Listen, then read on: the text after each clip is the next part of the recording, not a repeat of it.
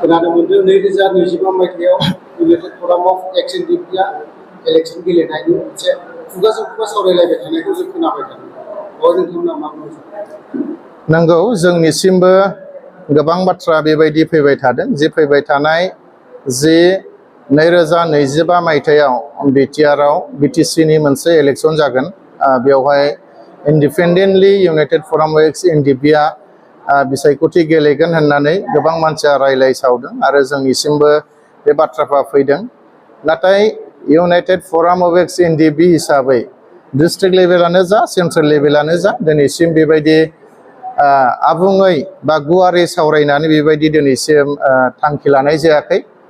जोङो गोबां समाव गोबां सावरायो, बेफोरखौ हयथ' खोनादोंबो जानो हागौ। मानो होनोबा माब्लाबा खुद्रिसारनाय फैयो जे एकर्ड खालामदों एनडिएफबिआ मोनब्रै फेक्सन ज' लोगो नांनानै मोनसे बिटिआर एग्रिमेन्ट खालामदों। जों गोबाव सम नेबाय, 4 बोसोर नेबाय जोङो।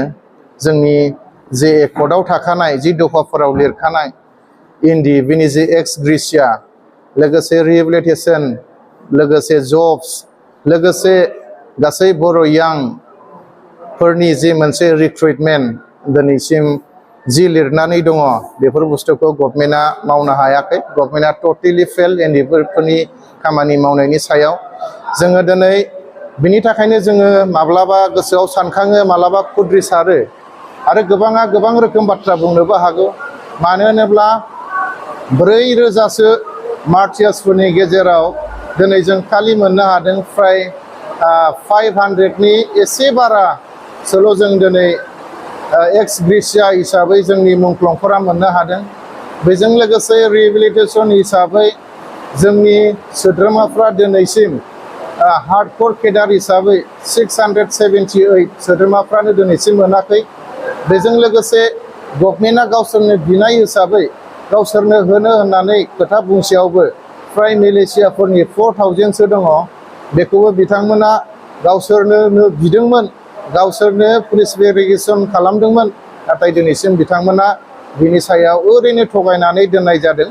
बेफोरखौ लानानैनो गोबां जोंनि सोद्रोमाफ्रा खुद्रिसारो। माब्लाबा फननि गेजेरजों बायदि बायदि सावरायो, माब्लाबा गावजों गाव, माब्लाबा साहा दखान बायदिसिना दखानफ्रावबो रायलायनो गोनां जायो जे फैबाय थानाय समफ्राव एनडिएफबिआ गावनो जुदि इलेक्सन गेलेया अब्ला जोंनि समयसाफ्रा जोबनाय नङा। मानो होननानै बुङोब्ला दिनैनि जि गभर्नमेन्टखौ जों नुदों, 4 बोसोराव जि जोंनि बिटिआर एकर्ड खालामग्राफोरानो दिनैनि जि सरकार बेखौ सालायगासिनो दङ। दिनै बिथांमोना जोंनि समयसाखौ मावनानै होनो हायाखैब्ला फैबाय थानाय समफ्राव आरो एनडिएफबिनि अनगायै बा एकर्ड खालामग्राफोरनि अनगायै जुदि सोरबाया जुदि बे गभर्नमेन्टखौ सालायफैयोब्ला अब्ला बिसोरलाय जोंनि समयसाखौ मा समाधान खालामनो?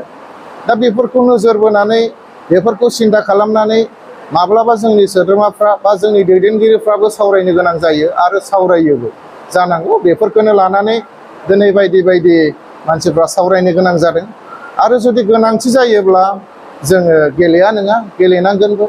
रायजो राजाफ्रा जुदि जोंखौ लुबैयोब्ला आरो जोंनि समयसाखौ जुदि समाधान खालामनोब्ला जोङो गेलेया नङा, गेलेनोबो गोनां जागोन। मानो होनोब्ला दिनैसिम जोंनि गोथां मुंख्लंफोर जेलाव दङ।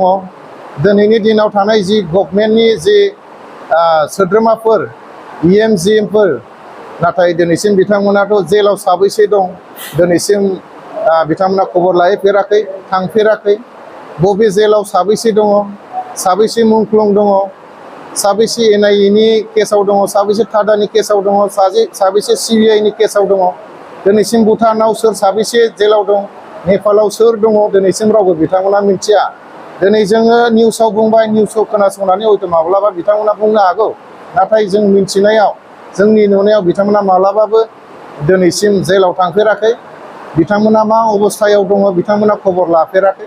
बेजों लोगोसे बिथांमोना जि न'खरफ्राव दिनै बिथांमोननि हिन्जावफ्रा हाजिरा मावदों, सोरनिबा हिन्जावफ्रा फिसायखौ नेयै नेयै मोनैयाव दिनै खारलांनो गोनां जादों, खारलांदों। दिनै सोरबाया दिनै फासि नांनानै थैनो गोनां जादों।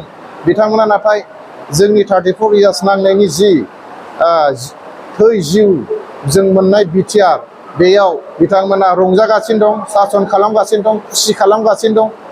जोंनि थैनि साजों थांनानै बिथांमोना दिनै बेबायदि रंजादों, खुसि खालामदों, जों बेखौ बुंनो लुबैयो। माब्लाबा जोङो माने गोसोआव दुखु फैयो। खोथा बुंथावथारि बाथ्राफोरखौबो जोङो बुंनानै होनो गोनां जायो। मानो होनोब्ला नांनाय समावबो जों बिथांमोननि थोननायावनो माब्लाबा मावथावै, सानफेरथारै, जाथावथारै खामानिफोरखौबो जों मावनानै फैनो गोनां जादों। बारसोम बारसोम फैनो गोनां जादों। दिनै जोंनि सोद्रोमाफ्रा अबे बांलादेशआव सोर मुंख्लं जानानै थाबोखो, दिनै म्यानमाराव सोरनि गोथै दङ, सोरनि हारा दङ, भुटानाव सोरनि गोथै, सोरनि हारा दङ, बिथांमोना जेबो मिथिया।